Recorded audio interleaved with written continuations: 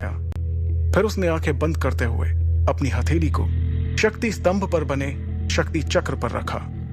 कुछ देर सन्नाटे के बाद ध्रुव के कानों में एक आवाज गूंजी, तीसरा सितारा, शक्ति और भी कम। इस बार भी ध्रुव का सबसे निराशाजनक प्रदर्शन। यह आवाज जैसे ही ध्रुव के कानों में पड़ी, उसके पैरों तले जमीन सरक गई। उसे अपने कानों पर यकीन नहीं हो रहा था। जैसे ही उसने अपनी आंखें खोली, शक्ति स्तंभ पर गड़े हुए दो शब्दों तीसरा सितारा ने उसके सपनों को चकनाचूर कर दिया। उसे बिल्कुल भी समझ नहीं आ रहा था कि आखिर ऐसा कैसे हो सकता था। इस बार तो उसने हर बार से ज्यादा मेहनत की थी।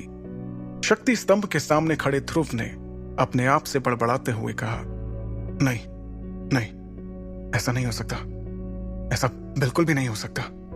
खुद से नाराज ध्रुव ने दोबारा 2 से 3 बार अपनी हथेली को शक्ति स्तंभ पर रखकर देखा, लेकिन हर बार उसे अपनी आंखों के सामने वही सितारा दिखाई दे रहा था जिसने पिछले 3 सालों से उसकी रातों की नींद छीन रखी थी। उधर मैदान में खड़े सैकड़ों लोगों की भीड़ में से किसी ने चिल्लाते हुए कहा, ए शून्य रैंक, चल अब नीचे आ जा।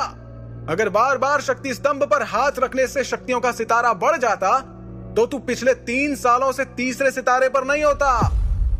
उसके इतना कहते ही कई लोगों ने जोर के ठहाकों के साथ ध्रुव पर हंसना शुरू कर दिया। यह हंसी के ठहाके पूरे मैदान में गूंजते हुए ध्रुव के कानों में तीर की तरह चुभ रहे थे। ध्रुव ने वहां से निकलने के लिए अपने कदमों को आगे बढ़ाना शुरू किया, लेकिन अब उसके कानों में उन सभी के हंसी के ठहाकों के साथ कई ताने भी सुनाई देना शुरू हो गए।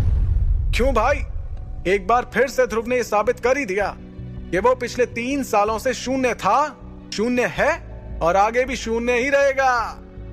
गलती से ही हीरो बन गया था ये छोटी सी उम्र में। हाँ भाई, बिल्कुल सही कहा। और मेरे हिसाब से अब इस शून्य की कीमत हमारे शौर्य दल में किसी कचरे से कम नहीं है। बात तो तुम्हारी भी सही है, लेकिन हमारी मजबूरी भी तो देखो।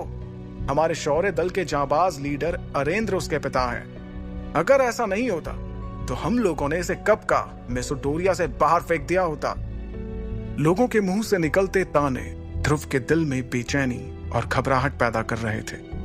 ये घबराहट अब उसके चेहरे पर भी साफ साफ नजर आ रही थी, जिसे वहीं पर मौजूद उसकी सबसे अच्छी दोस्त इरा भी भाप चुकी थी।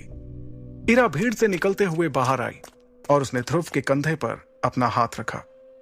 अगले ही पल उन दोनों की नजरें आपस में मिली, जिससे ध्रुव की बेचैनी थोड़ी कम हुई। कुछ ही देर में वो दोनों